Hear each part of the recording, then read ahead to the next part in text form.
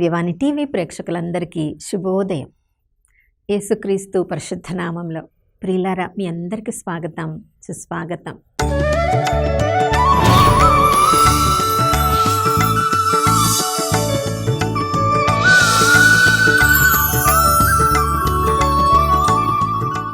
గడిచిన కాలమంతా ఉన్నత స్థితిలో మనల్ని ఉంచిన ఆ త్రియేక దేవునికి మనసారా వందనాలు తెలియచేద్దాం. ఈ నూతన ఉదయంలో కూడా దేవుని ప్రేమ తరిగిపోలేదు, ఆయన కరుణ సమసిపోలేదు. ప్రతిరోజు ఉదయం లాగానే ఈరోజు కూడా నూతనంగా తన ప్రేమను, కరుణను, కటాక్షాన్ని మనందరిపై కుమ్మరించారని విలాపగీతములు 3వ అధ్యాయము 22-23 వచనాల్లో మనం చదువుతున్నాం. ఎందుకంటే నమ్మదగిన దేవుడు, విశ్వసనీయుణ్ణి మనం మన ప్రియ పరలోకపు తండ్రిగా కలిగి ఉన్నాం. ప్రియులారా, ఈరోజంతా మనం ఎలా జీవించాలో ఆ ప్రభువు ముందుగానే భవిష్యత్తు ప్రణాళిక వేసుకొని ఉన్నారు. మన పట్ల గొప్ప గొప్ప ప్రణాళికలు వేసుకొని ఉన్నారు. ఉదయమే లేచి ఆ ప్రభు సన్నిధిలో ప్రార్థనలో మనం గడిపినప్పుడు, వాక్యాన్ని చదివినప్పుడు ఈరోజు మన జీవితం ఎలా ఉండాలో ఆ ప్రభు మనకి వాక్యం ద్వారా మనతో మాట్లాడతారు. చూడండి, ఎలా ఉండాలని కోరుకుంటున్నారు. అపోస్తల కార్యములు 1వ అధ్యాయం 8వ వచనంలో మనం చదువుతున్నాం.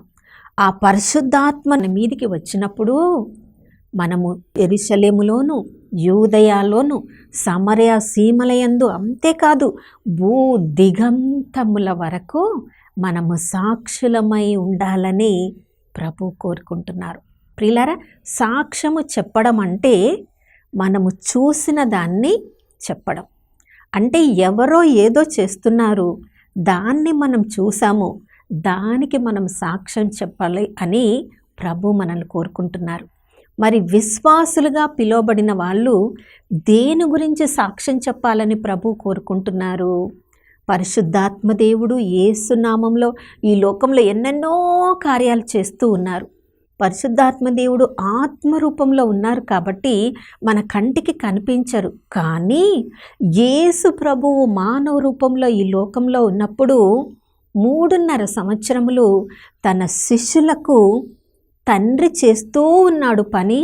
దాన్ని బట్టి నేను కూడా ఈ లోకంలో పని చేస్తూ ఉన్నానని యోహాను సువార్త 5వ అధ్యాయం 17వ వచనంలో చెప్పారు. అంటే యేసు ప్రభు మానవుడిగా ఈ లోకంలో ఉన్నప్పటికీ ఆయన దైవత్వం వలన తండ్రిని చూస్తూ ఉన్నారు.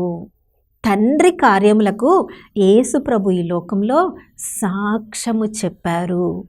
యేసు ప్రభు చేసిన కార్యములకు ఈ లోకంలో మనల్ని సాక్షులముగా ఉండాలని ఈ లోకంలో కోరుకుంటూ ఉన్నారు.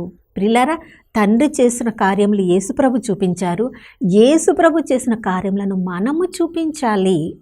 మన జీవితము ఇతరులకు సాక్షిభూతంగా మారాలి. అదే యేసుప్రభు ఈ లోకంలో మనల్ని కోరుకునేది. తండ్రి చేస్తూ ఉన్న పనిని నేను చూస్తూ ఉన్నాను, ఆ పనిని నేను చేసి మీకు చూపించాను. మీరు కూడా ఆ పని చేసినప్పుడు ఎంతోమంది పరిశుద్ధాత్మ కార్యాలు ఈ లోకంలో జరగడం చూసినప్పుడు వాళ్ళు కూడా ఈ లోకంలో సాక్షులుగా మారిపోతారు అని ఈ ఉదయకాలంలో మనందరినీ కూడా బైబిల్ గ్రంథానికి సాక్షులంగా మారడానికి ఆహ్వానం పలుకుతున్నారు. ప్రియులారా, అదే సత్యాన్ని లూకా సువార్తికుడు మనము అపోస్తల కార్యములు 1వ అధ్యాయం 1వ వచనంలో చదువుతున్నాం. ఆయన థియోఫిలు అనే వ్యక్తికి చెప్తున్నాడు, అనే ఆఫీసర్కి చెప్తున్నాడు, అయ్యా, నేను రాసిన మొదటి గ్రంథం లూకా సువార్త నేను రాశాను. ఆ గ్రంథంలో యేసు ప్రభు ఏమేమి చేశారో ఆయన ముందు చేసి తన శిష్యులకు ఆయన దాని గురించి బోధించారు.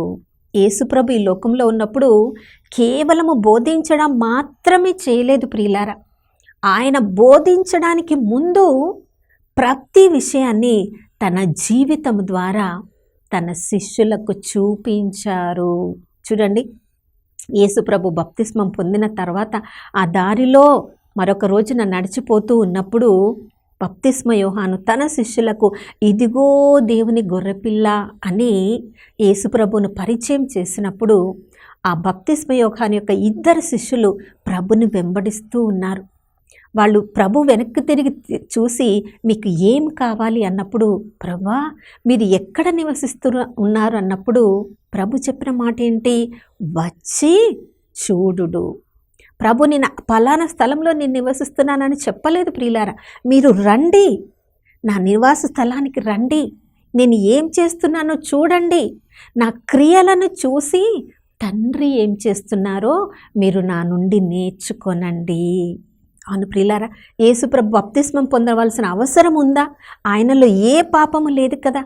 మనకి నేర్పించడానికి బప్తిస్మం అనగా నూతన జన్మ అనుభవాన్ని అనుభవించడం కొరకు మనం బప్తిస్మం పొందాలని యేసుప్రభు మొదట బప్తిస్మం తీసుకొని తన శిష్యులకు అది ఎంత అవసరమో మనము యేసుప్రభుని రక్షకుడిగా స్వీకరించామని మనం బాహాటంగా తెలియచేస్తున్నామని, క్రియల ద్వారా లోకానికి చూపిస్తున్నామని, నోటితో ఒప్పుకొని హృదయంలో విశ్వసించామని జ్ఞానస్నానం ద్వారా మనము రుజువు చేస్తున్నాం. ప్రియులారా, యేసుప్రభు ఏమి చేసినా కూడా ఆయన చేసి చూపించారు. దానికి శిష్యులు సాక్షులయ్యారు. తరువాత వాళ్ళ జీవితము కూడా, ఆయన ప్రార్థన జీవితం కూడా చూడండి. లూకా సువార్త 11వ అధ్యాయం 1వ వచనంలో మనం చదువుతున్నాం. యేసుప్రభు ఒక చోట ప్రార్థన చేసుకుంటూ ఉన్నప్పుడు ఆయన శిష్యులు అది చూశారు. చూసి ప్రభువుని అడిగారు. బప్తిస్మ యోహాను ఏ విధంగా తన శిష్యులకు ప్రార్థన చేయడం నేర్పించారో, ప్రభా మీరు కూడా ప్రార్థన చేస్తున్నారు కదా, ఎలా ప్రార్థన చేయాలో మాకు నేర్పించండి అని వాళ్ళు అడిగినప్పుడు పరలోక ప్రార్థన నేర్పించారు. యేసుప్రభు ఎంత సున్నితమైన దేవుడు తండ్రి అంటే ఏ విషయంలో కూడా మనల్ని బలవంత పెట్టరు ప్రియులారా. ఆయన తండ్రి కార్యాన్ని చేస్తూ ఉంటారు. దాని వైపుకు ఆకర్షించేది తండ్రి.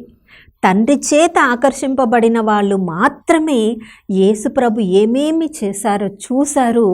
చూసి ప్రభువును అడిగినప్పుడు దాని గురించి ప్రభువు బోధించి నేర్పించారు. చూడండి, అద్భుతములను ఆశ్చర్యక్రియలను చేసినప్పుడు కూడా, విడుదలను కలిగించినప్పుడు కూడా ఒక తండ్రి తన కుమారుణ్ణి తీసుకొని వచ్చి విడుదలను కలిగించమని శిష్యులను అడిగినప్పుడు వాళ్ళు విడుదల చేయలేకపోయారు. ఆ దుష్టాత్మ నుంచి విడుదలను కలిగించలేకపోయారు. కానీ అదే తండ్రి యేసుప్రభుని అడిగినప్పుడు యేసుప్రభువు విడుదల కలిగించిన తర్వాత ఆ ప్రశ్నను శిష్యులు అడుగుతున్నారు, మేమెందుకు విడుదల చెయ్యలేకపోయాం? అప్పుడు యేసుప్రభు చెప్పిన మాట ఏంటి? ఉపవాస ప్రార్థన ద్వారా మాత్రమే ఇది సాధ్యము. ఎంతగా యేసుప్రభు ప్రార్థనలో తండ్రితో సహవాసాన్ని కలిగి ఉన్నారో ఆ సంబంధం ద్వారా మాత్రమే దుష్టాత్మలు యేసుప్రభుకు లోబడతాయన్న సత్యాన్ని తన శిష్యులకు తెలియచేశారు. ఆశ్చర్యక్రియలు, అద్భుత క్రియలు చేయడానికి కూడా యేసుప్రభు ముందు చేశారు. వారు తన శిష్యులతో చేయించారు. నీటి మీద నడుస్తూ వస్తున్నప్పుడు శిష్యులందరూ భయపడ్డారు.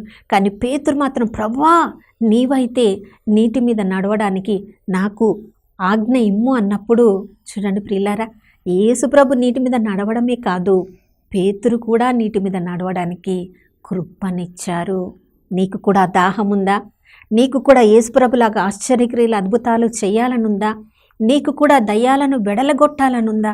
నీకు కూడా ప్రభు యొక్క హితమైన సంవత్సరాన్ని ప్రకటించాలనుందా?